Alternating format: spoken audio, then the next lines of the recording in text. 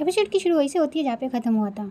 उसके बाद वो लोग बैठ जाते हैं और इसी बीच वहाँ पर बेन सर आ जाते हैं और बेन सर को देख के वो पांचों लॉयर्स फिर से खड़े हो जाते हैं। ये देख के तो कैमिलिया और उसकी क्लाइंट दोनों डर जाती है और ताऊ तो एकदम शॉक हो गई होती है। फिर मिस्टर बेन कहते हैं कि उम्मीद है कि मुझे आने में देर नहीं हुई। फिर दूसरी पार्टी के लॉयर्स कहते हैं कि नहीं नहीं बिल्कुल नहीं।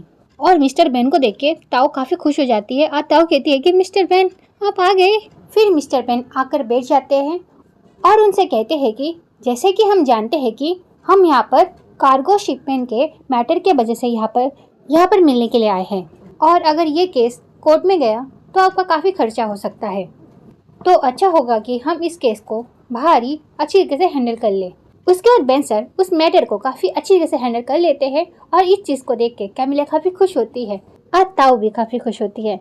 फिर ये सीन यहीं पे कट होता है। फिर हम क्यू को देखते हैं जो अपने ऑफिस आ गया होता है पर वो अंदर नहीं जा पा रहा होता है क्योंकि उसके दिमाग में टीचर की मॉम की बातें चल रही होती है, जिस वजह से वो ऑफिस के अंदर नहीं जा पा रहा होता है। वो काफ़ी परेशान होता है, वो समझ नहीं पा रहा होता है कि अब वो क्या करे। फिर क्यू लंबी सांस लेता है और खुद से कहता है कि ज़्यादा सोच मत क्यू।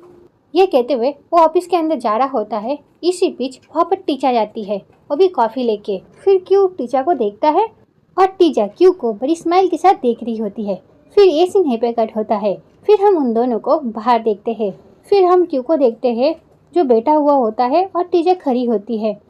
क्यू काफ़ी परेशान होता है जिस वजह से क्यू कॉफ़ी नहीं पी रहा होता है, तो टीचर क्यू को कहती है कि अब पी भी लो, वो जहरीला नहीं है। क्यू क्या तुम मेरी माँ से नाराज़ हो? यह सुन के क्यू कहता है कि मेरे पास इस चीज़ का हक कहाँ है। यह सुन के टीचर कहती है कि ऐसा मत कहो ना क्यू, मान लो कि तुम्हारे पास ना मेरी जितनी प्यारी सी एक बेटी हो तो तुम भी तो उसकी चिंता करोगे ना, तो मेरी माँ भी मेरी चिंता ही करती है और कुछ नहीं। यह सुन के क्यू कहता है कि हाँ मैं समझ सकता हूँ। यह कह के वो जा रहा होता है। क्यू को इस तरह से जाते हुए देखकर टीचर क्यू के पीछे जाती है और उससे कहती है कि माँ को 3 साल इंतज़ार करना पड़ा, तब जाकर मैं हुई।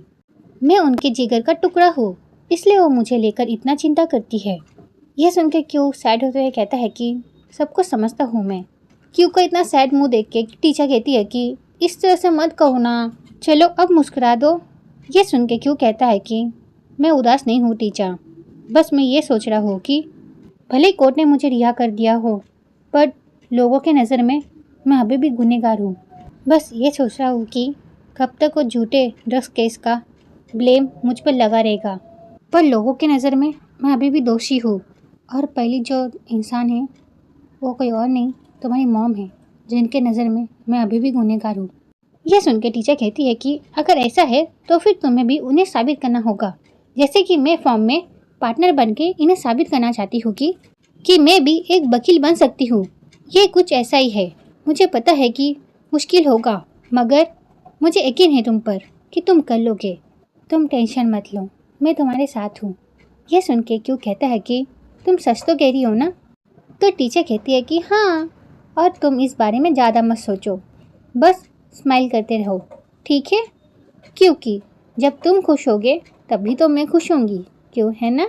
और जब माँ को पता चलेगा मेरी खुशी किस में है तो उन्हें भी कोई दिक्कत नहीं होगी। यह सुन के क्यों कहता है कि मगर उन्हें तो हमारे रिश्ते के बारे में कुछ पता ही नहीं है। यह सुन के टीचर सोच में पड़ जाती है। फिर ये सीन यहीं पे कट होता है। फिर हम पेंसिल को देखते हैं जिन्होंने उस केस को काफ़ी अच्छी तरीके से हैंडल कर लिया होता है।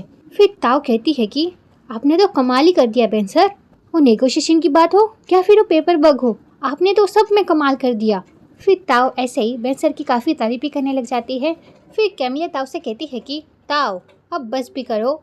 फिर ताऊ कहती है कि हाँ हाँ मैं जानती हूँ। फिर ताऊ कहती है कि मुझे थोड़ा काम है तो फिर मैं चलती हूँ। यह कह के वो वहाँ से चली जाती है। तो ये वीडियो यहीं पे ख़त्म होती है। नेक्स्ट पार्ट के लिए कमेंट करना। Okay bye bye.